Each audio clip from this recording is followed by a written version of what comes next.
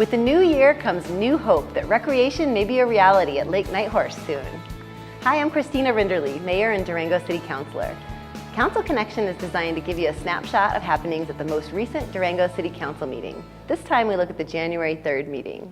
One of the first items of business at this meeting was the consent agenda, which is intended to allow City Council by a single motion to approve matters considered routine or non-controversial.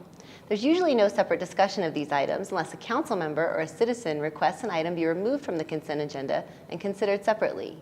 There were 8 items on the consent agenda, including one calling for a public hearing January 17th on modifying sewer rates. All agenda items were approved. One person spoke during public participation. Resident Chris Paulson talked with council about the need to preserve opportunities for quiet use of spaces, such as the Animas River Trail. She is particularly concerned about the possible addition of e-bikes on the river trail. The weight and speed of e-bikes are incompatible with the multi-use nature of our city trails. These trails are already highly trafficked and often congested with a wide variety of users: pedestrians, self-pedaling bicyclists, runners, parents pushing strollers or baby carriages, skateboards, push scooters, and bird and wildlife watchers. Allowing motorized traffic on our city trail turns them into the very sorts of stressful streets and roadways that residents and tourists have turned to the trails to escape. My understanding is that the city is now upgrading and expanding bike lanes on city streets to allow for easier and safer bicycle travel. This is good news.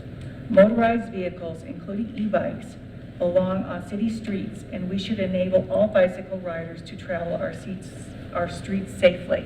The topic of e-bikes has been under discussion for several months and will soon be before council for formal action. Presently, city ordinance forbids the use of any motorized vehicles on the river trail. We had one legislative public hearing.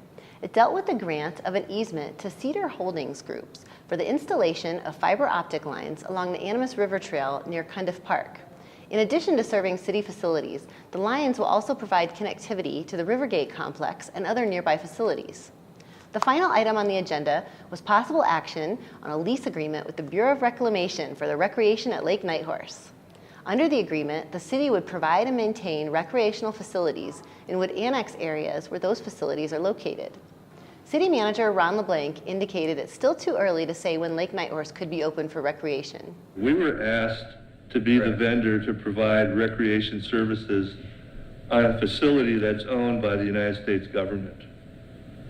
And as a vendor, the city wants to provide recreational services that the community expects: access to the lake, a swim beach, picnicking, boating, have swim lessons, and things of that nature. But we're not the owner, and we have to have this annexation agreement in place so that we can have control over that portion of the property. This is not the entire property either. It's a portion of it. And we're trying to be respectful of cultural resources, and we're working with quite a few partners. Councilor Dick White pointed out 2 interesting provisions of the lease that concern the cost to the city. One of which is a commitment by the United States of America to split costs 50-50 with the city for capital development and operations at Lake Nighthorse. The implications is that we would be responsible for half the cost of building facilities, but that the federal government would cover the other half. They also own it, whatever is done. But the other piece is we normally operate parks and recreation on a 90% cost recovery basis. In this case, because of the additional input from the Bureau, it would be a 95% cost recovery in terms of what the city would have to put in. The lease agreement received unanimous approval of the 4 councilors present. Stay tuned. Next up will be annexation of the areas of the lake the city will serve, after which we could have a better idea of when you'll be able to swim, boat, fish, and enjoy the lake. During the meeting, councilors also mentioned several events that you might find interesting.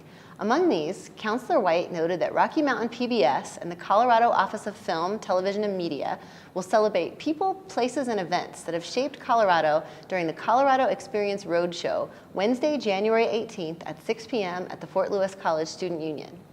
Also, don't forget you can recycle your live Christmas tree by depositing it without any ornaments or decorations at Santa Rita Park before January 31st. There is no curbside pickup of Christmas trees in Durango. Our next study session will be Tuesday, January 10th.